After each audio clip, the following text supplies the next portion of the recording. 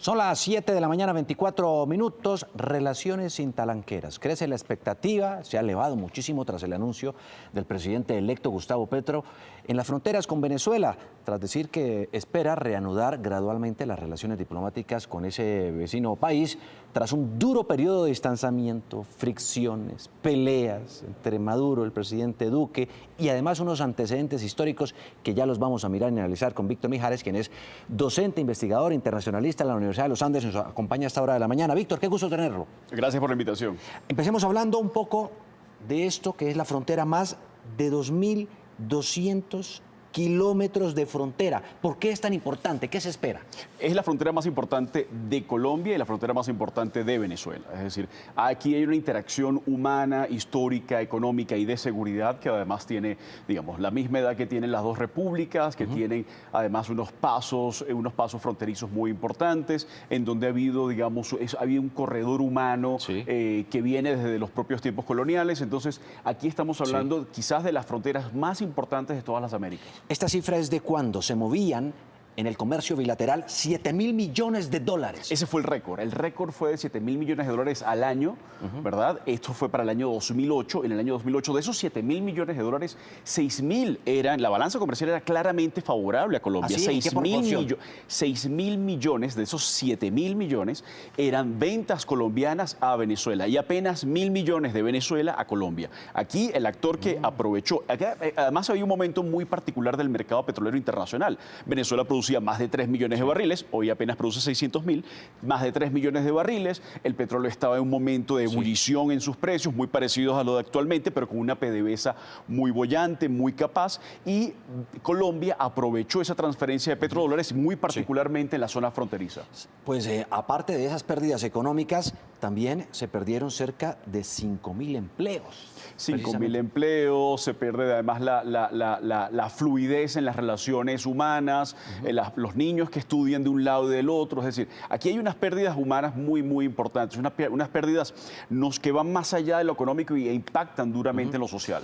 Óigame, hay unos datos clave históricos para hablar un poco de lo que ha ocurrido. Esto es en el 2006. Esto es año 2006. Esto es el momento de inauguración del gasoducto de La Guajira, el gasoducto que es la única conexión en materia energética de Colombia con el mundo y de Venezuela con el mundo por vía terrestre. Y ese gasoducto, digamos, estuvo en operaciones. En la primera fase del gasoducto se cumplió. Colombia exportó gas a Venezuela, pero Venezuela no cumplió con su parte y nunca exportó gas hacia Colombia. Claro. Después viene la operación Fénix.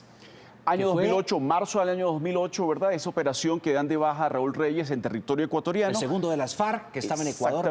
Exactamente. Y en aquel momento, recordemos, aquella América Latina con la Alianza Bolivariana, Rafael Correa termina plegándose mucho más a Hugo Chávez y Hugo Chávez plantea entonces la posibilidad de movilización de tropas y comienza a agriarse la relación que había sido, digamos, bastante dulce con el gobierno de Uribe, pero a partir del 2008 comienzan relaciones bastante tensas. Viene otro momento donde vuelven esos altibajos en materia de relaciones y Santos se reúne con Chávez, que era el presidente en ese momento. 10 de agosto del año 2010, cumpleaños del expresidente Santos, por cierto, y se reúnen en Santa Marta y hay entonces un proceso de restauración de relaciones en un momento muy tenso, muy agrio. Hugo Chávez había dicho unas semanas antes, si gana Juan Manuel Santos la presidencia, habrá guerra con Colombia, lo había dicho en cadena nacional, y luego viene esta restauración que va a dar paso a una nueva fase en las relaciones. Digamos, el ciclo de Venezuela y Colombia es de tensión y distensión. Esta es una fase de distensión y comienza entonces un proceso en donde Venezuela es garante en el proceso de paz con las FARC. Muere Chávez, sube Maduro y pasa esto en el año 2015. Empieza realmente un éxodo, son expulsados literalmente muchos colombianos de Venezuela por la ruptura de relaciones entre Maduro y el presidente colombiano. No, en realidad no hubo una ruptura por eso. Esto tuvo que ver con un asunto interno venezolano, tuvo que ver con un asunto doméstico, muy particularmente con un momento en el cual Venezuela comienza a tener mucha inestabilidad, caen los precios del petróleo a partir de 2014, cae la producción de PDVSA, viene una situación de crisis y de señalamientos de ilegitimidad hacia el gobierno de Nicolás Maduro y comienza a buscarse el enemigo interno. El enemigo interno terminan siendo los colombianos, que habían sido ya, digamos, convertidos en ciudadanos, muchos de migrantes de últimos años, convertidos en ciudadanos, es revocada la cédula de ellos y son expulsados, siendo acusados de espionaje y de alentar... De paramilitarismo. Paramilitarismo y de alentar movimientos de desestabilización en Venezuela. Claro, y después viene otra serie de imágenes que también nos muestran un momento clave, que fue el de estos containers bloqueando la frontera. Tras la llegada de Iván Duque al poder, se ponen otra vez tensas las relaciones y también aparece Juan Guaidó en escena. Aquí hay una secuencia de hechos que va de 2017, ¿verdad?, con la decisión del Tribunal Supremo de arrebatarle funciones a la Asamblea Nacional de Venezuela. Posteriormente eso llega a la OEA, llegan tensiones entre el gobierno de Santos y el gobierno de Maduro, se crea el Grupo de Lima. El año 2008, en mayo de 2018, quiero decir, Nicolás Maduro va a elecciones que son duramente cuestionadas en el exterior y comienza a darse ese proceso de aislamiento relativo de Venezuela en la región, en una situación con muchísima represión, muchísima crisis. El año 2019 se declara la vacante de la presidencia en Venezuela y Juan Guaidó, como presidente de la Asamblea Nacional, asume, y lo demás lo conocemos, esa historia. Bueno, el gobierno de Iván Duque pues crea el Estatuto Temporal de Protección para registros 2.384.500, 2.304.781 encuestas de caracterización. Y hoy, ¿cuál es la expectativa entonces que puede darse después de todo esto?